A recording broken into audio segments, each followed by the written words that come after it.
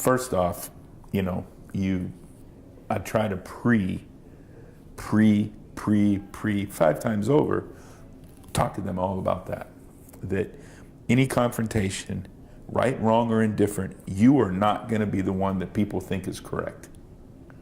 No matter how wrong the situation is, or how wrong, how violated you think you are, that your rights are and who you are is, it's not going to be depicted that way when you are the one. So to make sure that, number one, everybody that's around you, with you, first off, be with other people, and everybody that's around you, with you, that your career is just as important to them as it is for you.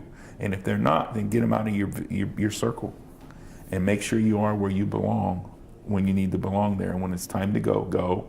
When someone tells you to leave, leave, and don't get into any kind of confrontation. And don't drink and drive, don't do all the other things we know. Stay away from any kind of domestic violence situation. If you need help, counseling, call us and we'll get it for you. For you, your spouse, your girlfriend, whoever it may be, we can help you. Don't think you're the first person that's ever gone through this. You'd be shocked.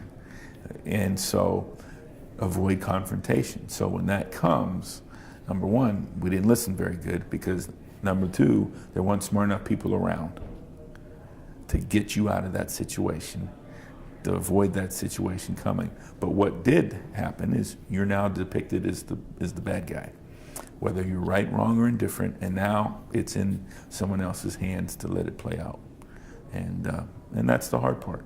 A lot of the positives that Adam has had in his life, if things, transpired wrongly, could be all washed away.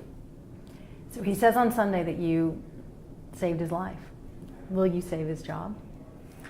Again, we're going to have to, this is going to be looked at, and what's the best thing? What's the best thing for the club and so forth moving forward. And you get one vote. I get one vote. That's right.